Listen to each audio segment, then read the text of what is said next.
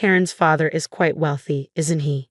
Yes, when he passes, Karen's set to inherit a significant fortune. I reckon it could be around 100 million. Incredible. I can hardly wait. Once that happens, I'm hoping Karen might whisk me away on a luxurious vacation. Sounds delightful. Maybe I'll put in a request for a new car. James, what about you? Well, I've had my eye on a top-of-the-line gaming rig for ages. I wonder if I could subtly suggest it to her. Their conversation bubbled with excitement, oblivious to the solemn expression on my face just outside the door. I clutched my purse tightly. My name is Karen, and I first met my husband James at a bustling social club for professionals. Our shared interests sparked an instant connection, and we've been happily enjoying life together ever since. One day, my routine was disrupted by an unexpected call from my mother. Karen, your father has collapsed. What? My father, known for his jovial spirit and love for dad jokes, was the picture of health. He ran his own company with ease, making the idea of his collapse incomprehensible.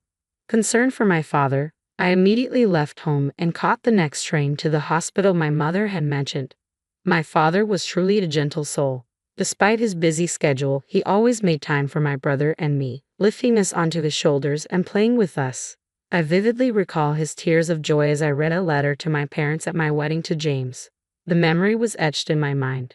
The thought of such a man falling ill was heart-wrenching.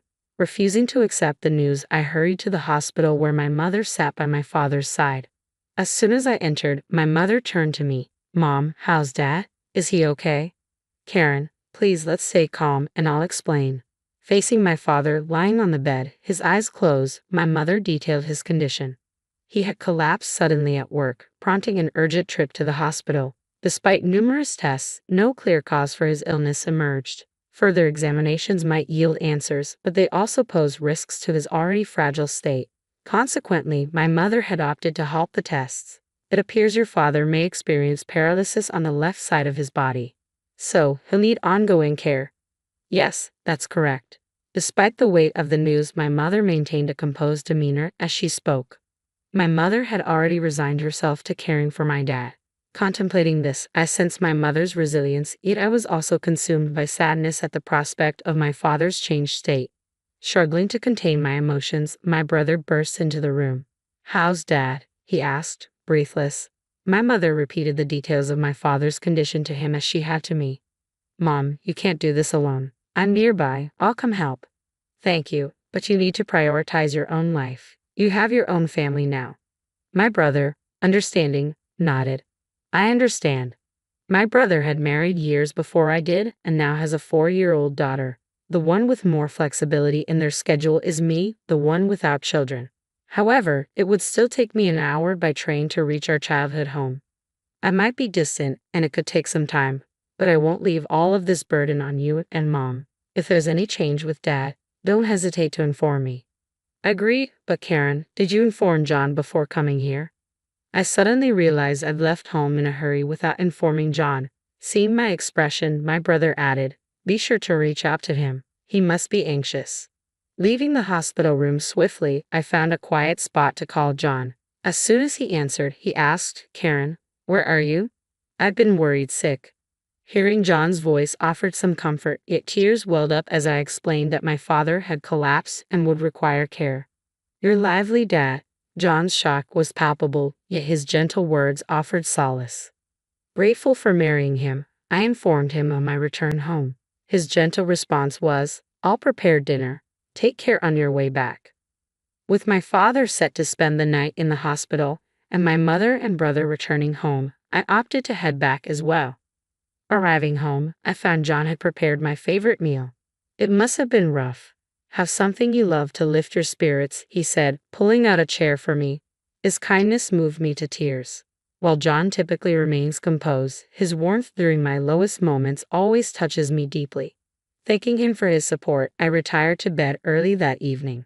The following morning, feeling a bit more composed, I approached John with the idea of assisting in my father's care occasionally. He readily agreed.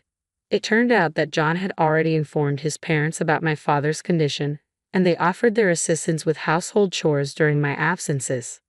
I was pleasantly surprised by the full support extended by John's family. When I called to express my gratitude, John's mother chuckled and reassured me, "Your father is like family to us. Don't worry about a thing." John's parents, much like him, typically exude composure. Their arrival at our home with smiles and offers of help with chores left me momentarily stunned, a gesture of familial warmth I hadn't experienced before my marriage.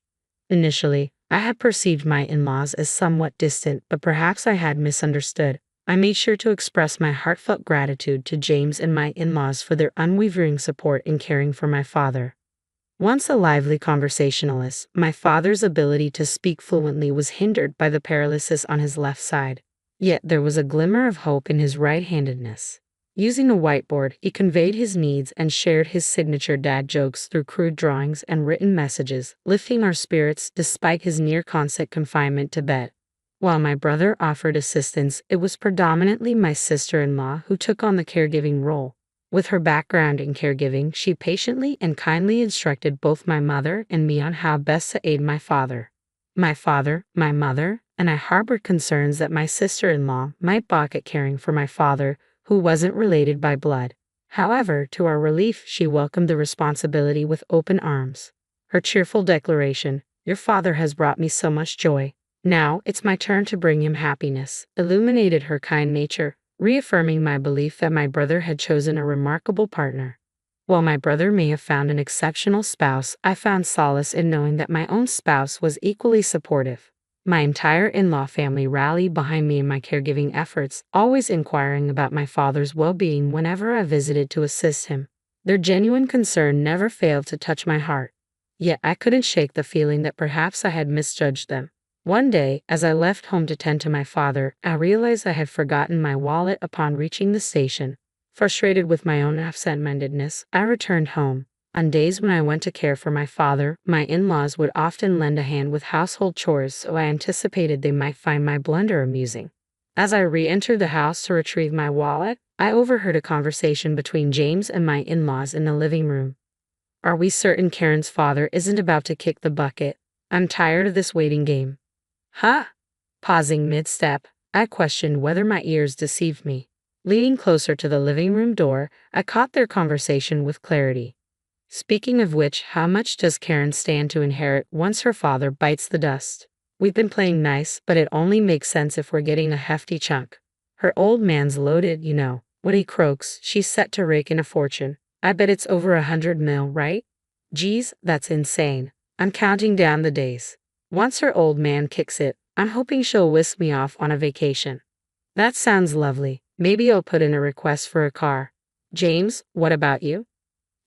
I've been eyeing the top-of-the-line gaming rig for ages. I'm wondering if I can drop a hint for Karen to get me one." Their conversation bubbled with excitement, unaware of the storm raging behind the door. I clutched my wallet tightly, channeling all my emotions into that grip. Anger, frustration, and sadness churned within me, a turbulent whirlpool of thoughts and feelings. Careful not to disturb James and his family in the living room, I slipped out of the house, my mind still reeling. Their sudden kindness felt suspicious, tinged with the scent of greed. My father's inheritance loomed large, a tempting prize for those with less than honorable intentions. But I couldn't bear to entertain the notion that my in-laws were eagerly awaiting his demise. Lost in my turmoil, I found myself sitting on a bench at the local station near my parents' home, the echoes of James and his family's laughter haunting my thoughts. "I won't forgive them. Never," I muttered under my breath, seething with anger. I vowed to exact revenge on James and his conniving family, who valued my father, the man who raised me with love, solely for his wealth. Pretending ignorance of their callous conversation, I played along, maintaining my usual polite facade and expressing gratitude for their concern about my father's health. Determined to turn the tables, I resolved to exploit James and my avaricious in-laws for all they were worth. I extended my visits. I dedicated myself to caring for my father while unceremoniously delegating household chores to my in-laws. My money-hungry in-laws readily complied with any requests I made. I noticed the subtle tightening of their faces and James' expression at times, but I paid it no mind. A year passed, and my father's condition deteriorated further. Though the doctor assured me it wasn't urgent, I couldn't shake off a sense of relief. However, when I shared the news of my father's declining health with James and my in-laws, their barely concealed grins betrayed their true intentions. It was the moment they had been waiting for. With resolve, I handed them the divorce papers. Thank you for all your assistance. Please let's part ways. As I made my declaration, James and my in-laws were stunned into silence, but I remained composed as I delivered my prepared speech. So, James, mother-in-law, father-in-law, it's clear you were eyeing my father's inheritance, weren't you? I heard everything. Mother-in-law dreaming of vacations, father-in-law longing for a new car, and James craving that gaming computer. Am I right? I can't stay with people eagerly anticipating my father's demise. The expressions you wore just now were repulsive. It was as if I could see straight through to your crass desires for money upon my father's passing. My words seemed to strike fear into them, their faces frozen in shock. My in-laws remained motionless, while James, clutching the divorce papers, was at a loss for words, his mouth opening and closing in disbelief. It was clear I had no place in this household any longer. You can send the divorce papers by mail, but if you don't, I'll hire a lawyer. Please ensure it's done within a week, I informed James, my voice steady. After collecting the luggage I had prepared earlier, I exited our home. As the train gently rocked me on my journey back to my parents' house, I felt a sense of calm envelop me. Upon my arrival, my parents greeted me warmly. Having confided in my mother about the situation, she enveloped me in a comforting embrace, offering words of encouragement. It was a moment of vulnerability I hadn't experienced since I'd become an adult. The following day, James and my in-laws arrived at my parents' home. Choosing to remain hidden, I observed from afar. When my mother opened the front door, I watched as James and my in-laws knelt before her. We apologize. We want to apologize to Karen. It seems there's been a misunderstanding. Please allow us to apologize to her properly, they pleaded. Misunderstanding. My daughter overheard your conversation. It seems you've been eyeing my husband's inheritance. I don't want any association with people like that, my mother declared, her tone sharp and final. Despite her dismissal, James persisted, pleading to see me. I can't allow it. Karen doesn't want to see you. She doesn't seek apologies. She wants those divorce papers filled out. Have you done it? Hand them over, my mother demanded. Please, just one more chance, James pleaded, desperation creeping into his voice. As James cried out, the sound of a cane tapping echoed from within the house. Turning to look, I saw my father, leaning on his cane with my sister-in-law's support. Father-in-law? James's mouth fell open at the sight of my father, whom he had only heard about. Holding up a whiteboard, my father conveyed a powerful message. I won't surrender my daughter to someone who can't bring her happiness. Grant her wish and proceed with the divorce. The message, penned with resolve, seemed to strike a chord with James and my in-laws more than any other words spoken. It was evident they realized further debate was futile. Slowly, James rose to his feet, followed by my in-laws. I've completed the divorce papers. Here they are, James announced, handing the documents to my mother. He assured her he would inform me once he had filed them with the city hall. With that, my mother bid them farewell. Emerging from my hiding place, I expressed my gratitude. Thank you, Mom and Dad. My mother responded with a gentle smile, while my father let out a hearty laugh and wrote a message on the whiteboard. A father's duty is to protect his daughter until the end. Reading those words on the whiteboard, tears welled up in my eyes. Despite the paralysis on his left side, my father's kindness and love remained unchanged. I had mistakenly believed that he was no longer the father I knew, but it couldn't have been more wrong. He was still the same dependable father who always prioritized my well-being. Dad, I wish for you to live a long, happy life, I whispered, my voice choked with emotion. With tears streaming down my face, I expressed my wish to him, and he responded with a beaming grin. Since then, James has returned to his parents' home, seemingly leading a quiet life with them. As for me, I've adapted to the routine of caring for my father while juggling work commitments. It's a hectic life, but I remember how my father always made time to play with my brother and me when we were young. With that memory in mind, neither my brother nor I feel burdened by caring for him, no matter how busy we become. Despite being partially bedridden and having lost weight, my father's spirit remains unchanged. His infectious laughter and love for dad jokes continue to brighten our days. My sister-in-law often remarks how caring for my playful father brings her joy, allowing us to maintain a peaceful existence.